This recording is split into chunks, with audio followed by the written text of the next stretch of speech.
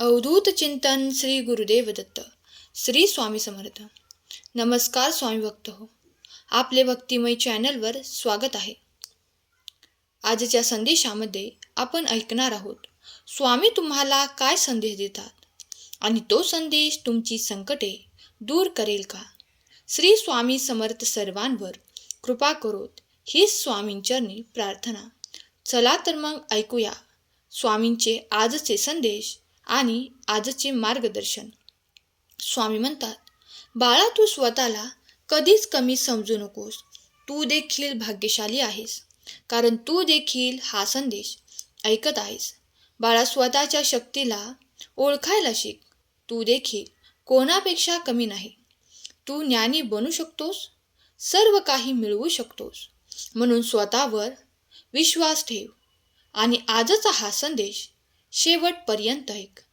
सहमत असल्यास आपले हे भक्तिमय चॅनल लगेच सबस्क्राईब कर. बाळा, आपण कधी कधी आपल्याला इतरांपेक्षा कमी लेखत असतो. आपल्याला नेहमी असं वाटत असतं की समोरचा खूप हुशार आहे आणि आपण त्याच्यापेक्षा खूप कमी आहोत. परंतु बाळा, समोरचा कसाही असू दे, त्याच्याशी कधी स्वतःची तुलना करू नकोस. तूही स्वामींचा भक्त आहेस. तुझ्याही जीवनात प्रत्येक गोष्ट बदलणार आहे. तुझी इच्छाशक्ती चांगली ठेव.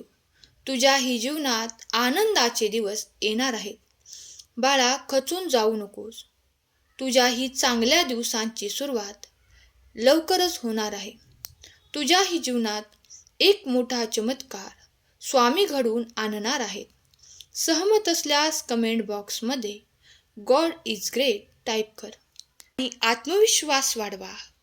लोक काय म्हणतात, काय बोलतात यापेक्षा तुम्ही स्वतःबद्दल काय विचार करता हे जास्त महत्त्वाचे आहे. ज्या गोष्टी तुमच्या हातात नाहीत त्या बदलण्याचा तुम्ही चुकूनही प्रयत्न करू नका. स्वतःच्या निर्णयावरती तुम्ही ठाम राहा, कारण शेवटी तुमची जबाबदारी तुम्हीच घ्यायची आहे. लोकांचे बोलणे मनाला लावून घेतले तर तुमचीच प्रगती थांबेल. म्हणूनच पहिले स्वतःवर पक्का विश्वास ठेवा आणि शांत राहायला शिका.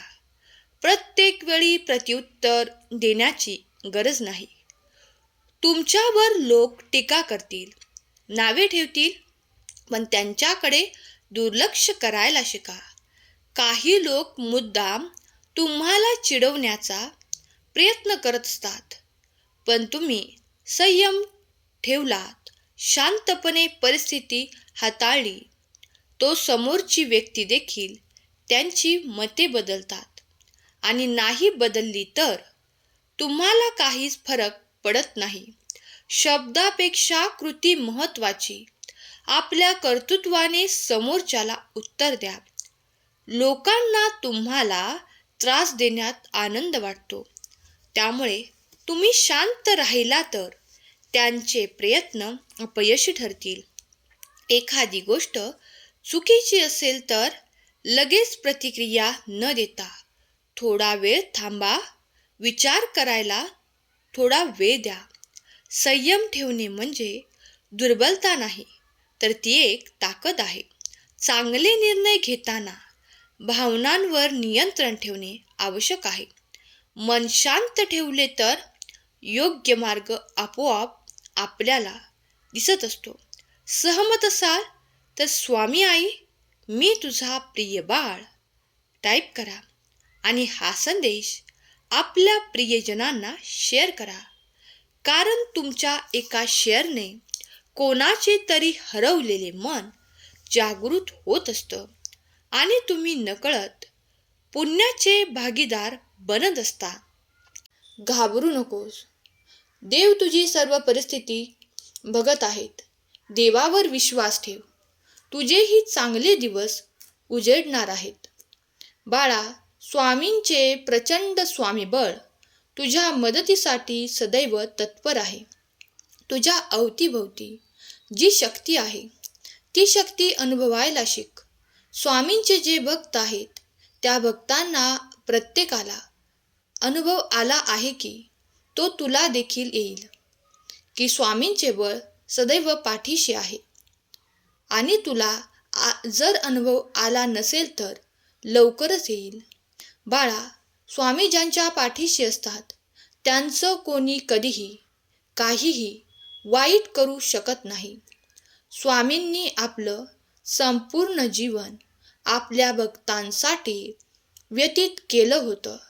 तूही स्वतःसाठी जे करायचे ते कर, पण वेळ मिळाला तर आपल्या प्रियजनांना देखील आनंद दे. कधीही स्वतःचं दुःख दाखवत फिरू नकोस.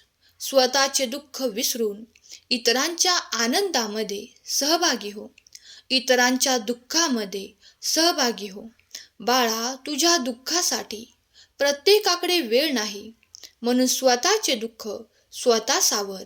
स्वामी तुझ्यासाठी सदैव उपस्थित आहेत. स्वामी नेहमी तुझी मदत करतील, नेहमी तुला साथ देतील. तुझे प्रयत्न प्रामाणिक असतील तर तुझ्या प्रयत्नांना यश नक्की मिळेल. स्वामी म्हणतात, हार मानू नकोस. माझा भक्त असशील तर कधीच हार मानू नकोस, कारण माझा भक्त कधीच हार मानत नाही. जरी अपयश आले तरी अपयशातून खूप शिकायला मिळतं. अपयश ही यशाची पहिली पायरी आहे, हे कधीच विसरू नकोस. बाळा, आयुष्यात जर तू फक्त जिंकण्याचा विचार केला तर तू नक्कीच जिंकशील. परंतु खेळ सुरू होण्याच्या अगोदरच जर तू हरण्याचा विचार केला तर तू कधीच जिंकू शकत नाहीस. म्हणून खेळ कोणताही असू दे, हरण्याचा विचार कधीच करू नको. हार किंवा जीत काही असू दे, तो खेळत राहा. पूर्ण ध्येयाने, पूर्ण इच्छाशक्तीने खेळ खेळ. माणसाची इच्छाशक्ती प्रबळ असेल तर, माणूस प्रामाणिक असेल तर देवही त्याला माघारी खेचू शकत नाही. ज्यांचं मन साफ असतं, जे इतरांसाठी प्रामाणिक असतात, ज्यांच्या मनात फक्त प्रेम आहे, देवही त्यांच्यावर कधीच रागावत नाही. देव म्हणतात, तुझं मन साफ असेल तर प्रत्येक चूक तुला माफ आहे. म्हणून बाळा, मनामध्ये एवढं सुंदर वातावरण निर्माण कर की तुझं मन बघून प्रत्येकजण तुझ्या प्रेमात पडेल. देवही तुझ्या प्रेमाचा भुकेला आहे. देवही तुझ्या भक्तीची अपेक्षा करत आहे. ज्या प्रकारे तुला देवाची गरज आहे, त्या प्रकारे देवाला देखील आपल्या भक्तांची काळजी आहे. देव म्हणतात, बाळा, तुझ्या आयुष्यात जे घडत आहे ते घडू दे, कारण प्रत्येक गोष्ट काही कारणामुळेच घडत असते. तेव्हाच घडते जेव्हा त्या गोष्टीमागे काहीतरी कारण नक्कीच असते. प्रत्येक गोष्ट ही वेळोवेळी ठरलेल्या नियमानुसार होत असते. ही सृष्टी आहे. या सृष्टीमध्ये चमत्कार होतच असतात. म्हणून चमत्कारांवर विश्वास ठेव. तुझ्या भक्तीवर विश्वास ठेव. तुझी भक्ती प्रामाणिक असेल तर देवही तुझ्या भक्तीला प्रसन्न होतात. बाळा, तुझी प्रत्येक प्रार्थना देवापर्यंत पोचत आहे असा कधीच विचार करू नकोस की देव तुझी प्रार्थना ऐकत नाही. वेळ आली की तुझ्या प्रत्येक प्रार्थनेचे उत्तर देव देतील. भिवू नकोस, भिवू नकोस. स्वामी सदैव तुझ्या पाठीशी आहेत. डोळ्यात येणाऱ्या अश्रूंना लगेच पुस. स्वामींना तू रडलेला कधीच आवडणार नाही. बाळा, दिवस प्रत्येकाचे बदलतात. फक्त संयम गरजेचा आहे. तुम्ही छान आनंदाने भरभरून जगा, कारण आपला आनंद आपल्या हातात आहे. आनंदी राहण्यासाठी पैसा लागत नाही. आपला विचार बदला, आयुष्य बदलेल. नावं ठेवणारे नावे ठेवतील. तुम्ही ठरवा जीवनाच्या शर्यतीत कधीही दुसऱ्याला हरवण्यासाठी पळायचे नाही. शर्यतीत पळायचे ते स्वतःला जिंकण्यासाठी. आयुष्यात कधीच कोणाला कमी समजायचं नाही. त्यामुळे भगवंतावरती विश्वास ठेवा आणि आपले कर्म करत राहा. आपले कर्म चांगले असतील तर आपल्याला भगवंत कशाचीच कमी पडू देत नाहीत. चांगल्या व्यक्तीला नेहमी विरोधक असतातच. त्यामुळे तुम्ही लोकांना दुर्लक्ष करा. लोकांकडे लक्ष देऊ नका. मी तुमच्यावर खूप प्रेम करतो. तू हार मानू नकोस. तुझेही चांगले दिवस येणारच आहेत. कारण जीवनात दुःख असेल, त्रास असेल, वाईट वेळ चालू असेल तर हार मानायची नाही. भगवंत आपल्या पाठीशी आहे. आपले चांगले दिवस येणारच आहेत. यावरती विश्वास ठेवा. तुम्हाला हवे असलेले आशीर्वाद प्राप्त होवोत ही स्वामी माऊली चरणी प्रार्थना. केलेली सेवा स्वामींचरणी अर्पण करते. आजचा हा संदेश शेवटपर्यंत ऐकल्याबद्दल धन्यवाद.